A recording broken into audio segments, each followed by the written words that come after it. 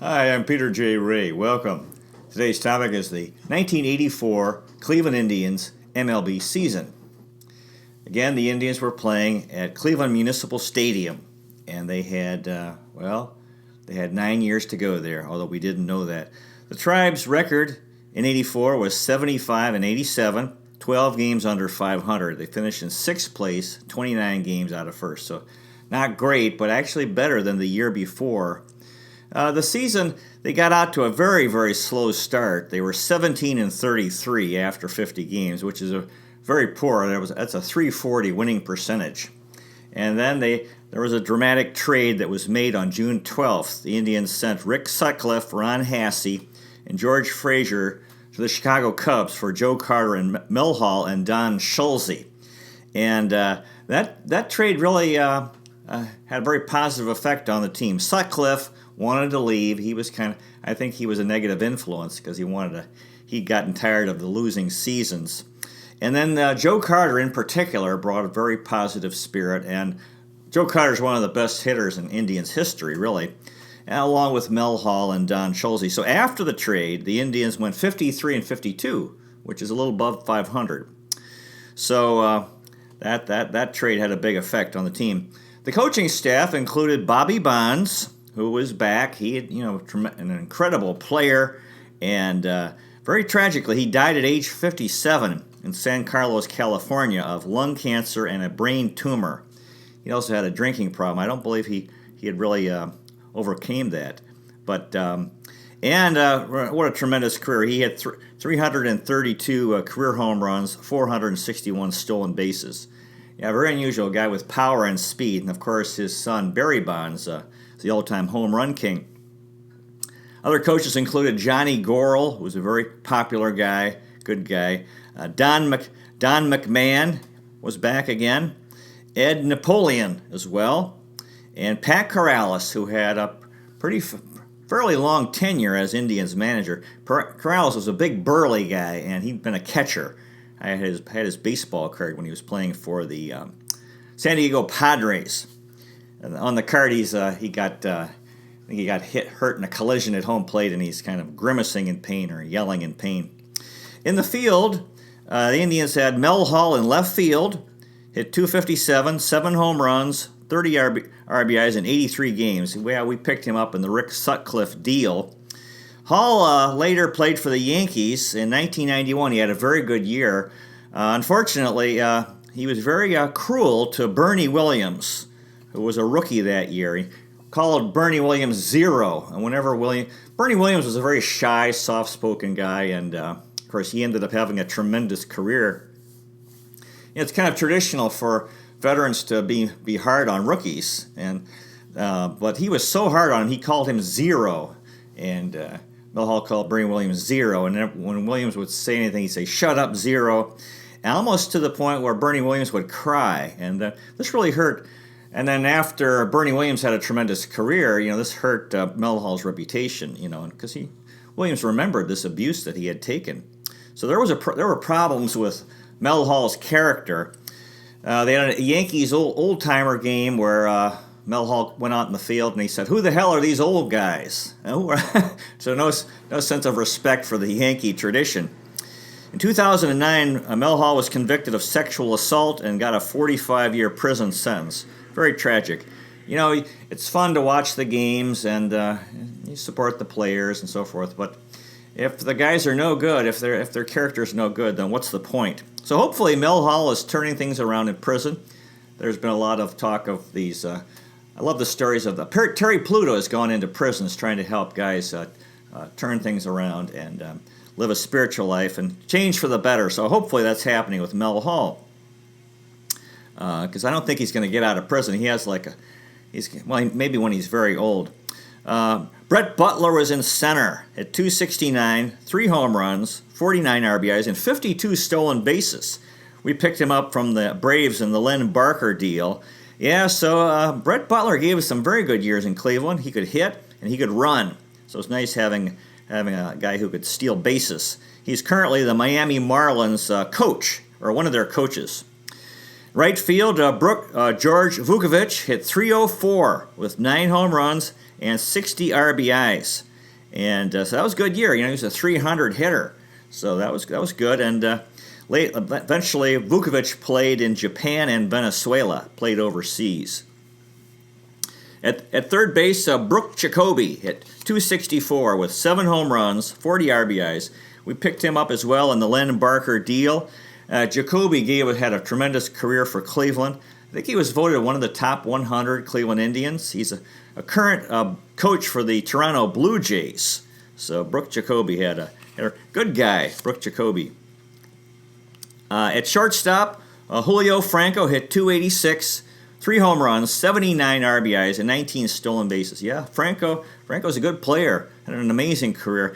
Hit for high average, had some power, had some speed, and kind of a moody guy. At least as a young guy, he would tend to have lose his temper. But I think as he mellowed out, as we all do, as he got older.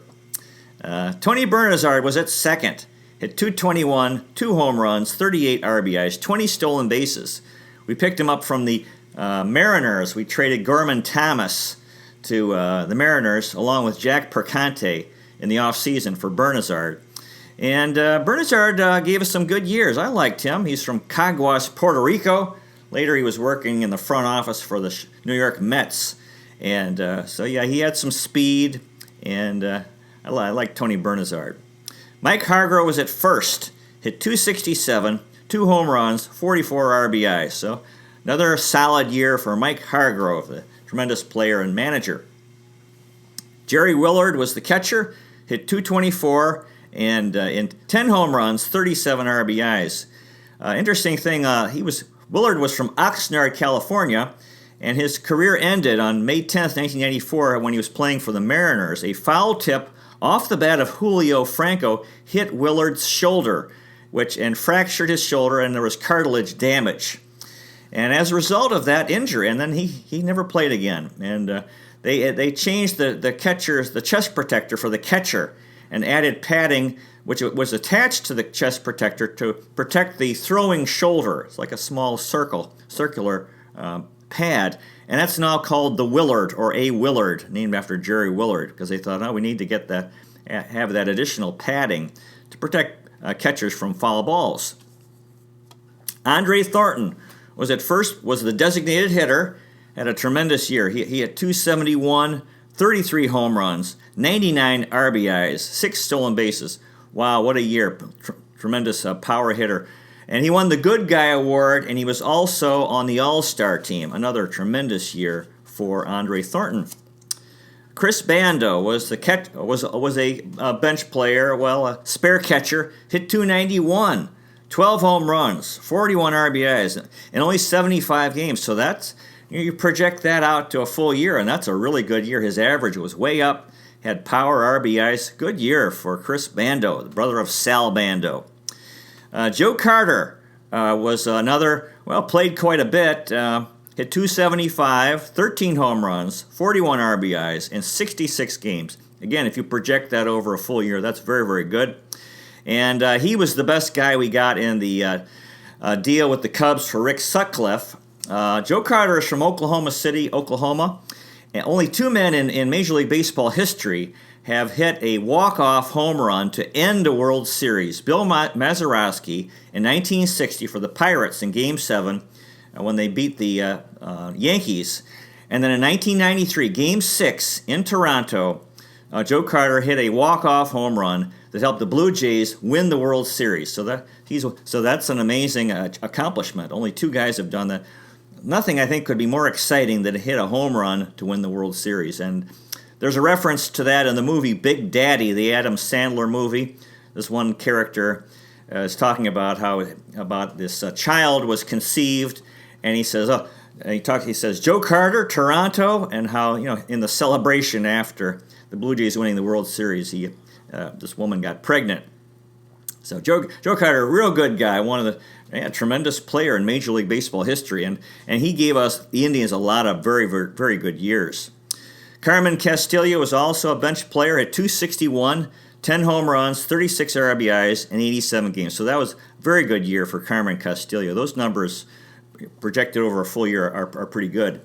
Mike Fischlin was a spare infielder, hit .226 in 85 games, and he could play short, second, and third. Ron Hassey, the former starting catcher, was now a spare catcher, hit .255 in 48 games. Yeah, so Ron Hassey, his career was winding down, you could say. Jeff Moranko, other bench player, hit .158 in 8 games. Just a few games for him. Otis Nixon, who hit .154 in 49 games and 12 stolen bases. We picked him up in the Toby Harrah deal, which sent Toby Harrah to the Yankees for Otis Nixon and George Frazier. And Nixon, had a good career. Had a lot of speed. He was from Evergreen, North Carolina.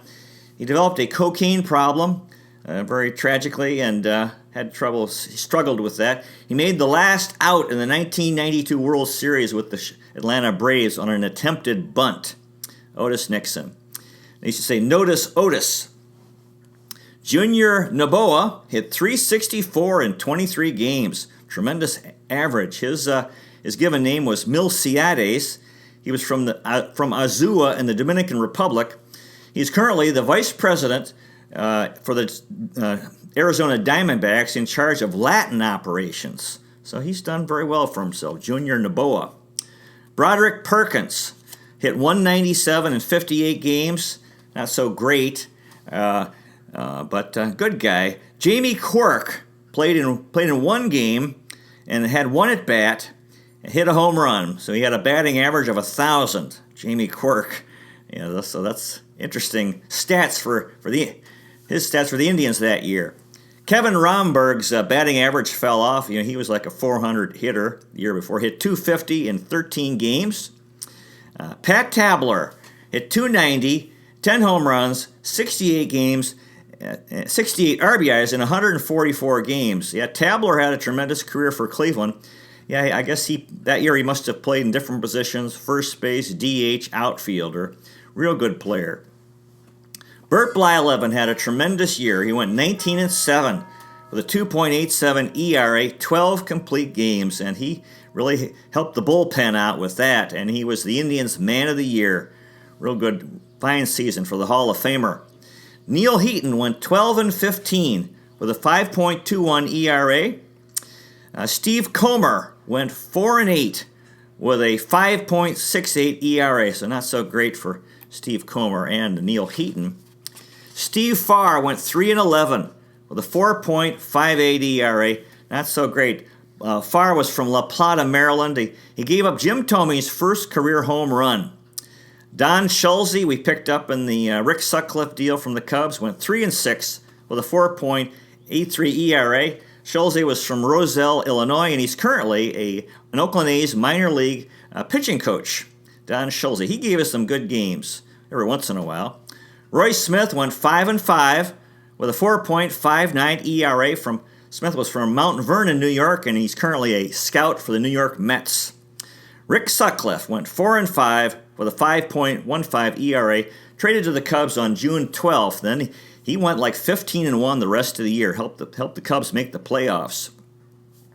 Louis Aponte went 1-0 with a 4.11 ERA in 25 games, native from El Tigre, Venezuela. Rick Bahena went 0-3 with a 13.97 ERA. That's pretty tough. Ernie Camacho had his best year, went 5-9 with a 2.43 ERA, set a team record with 23 saves, and pitched in 69 games. Very good year for Ernie Camacho. Jamie Easterly went 3-1 with a 3.38 ERA in 26 games. George Frazier went 3-2 with a 3.65 ERA. Frazier we picked up from the Yankees in the Toby Harrah deal. He's from Oklahoma City, Oklahoma. And in 1981 World Series, he tied Lefty Williams with the record of, they both lost 3 World Series games. Frazier for the 81 Yankees and Lefty Williams for the 1919 Chicago White Sox, called the Black Sox because they threw the series. His daughter Georgia was Miss Oklahoma in 2015. George Frazier. Mike Jeffcoat went 5-2 with a 2.99 ERA in 63 games. That's good. He was a middle reliever. Jose Roman went 0-2 in 3 games with an 18.00 ERA. Not so great. Roman was from Santo Domingo in the Dominican Republic. Dan Spillner went 0-5 with a 5.65 ERA. So I think this was near the end of the line for Spillner in Cleveland. Tough year. Jerry Ujdor went 1-2 with a 6.91 ERA. Ujdor was from Hermantown, Minnesota. And finally, Tom Waddell went 7-4 with a 3.06 ERA, 6 saves, 59 games. This was the beginning of a fine career for Tom Waddell in Cleveland. So the 1984 Cleveland Indians, yeah, they gave us a good year. God bless all those fellows who played for the Tribe in '84, and God bless all the folks who worked for the Indians and the vendors who wandered around the stadium selling cotton candy, popcorn, hot dogs, peanuts in the shell, beer and Coca-Cola, and so forth. And the scouts who worked for the Indians and the security fellows. So. Captains of the Cuyahoga, lovers of Lake Erie, Terminal Tower Power, Tribe Rules, Cleveland City of Champions. This is our year. It's been 70 years since 1948. Thank you so much for watching. God bless you, take care, and I'll see you next time.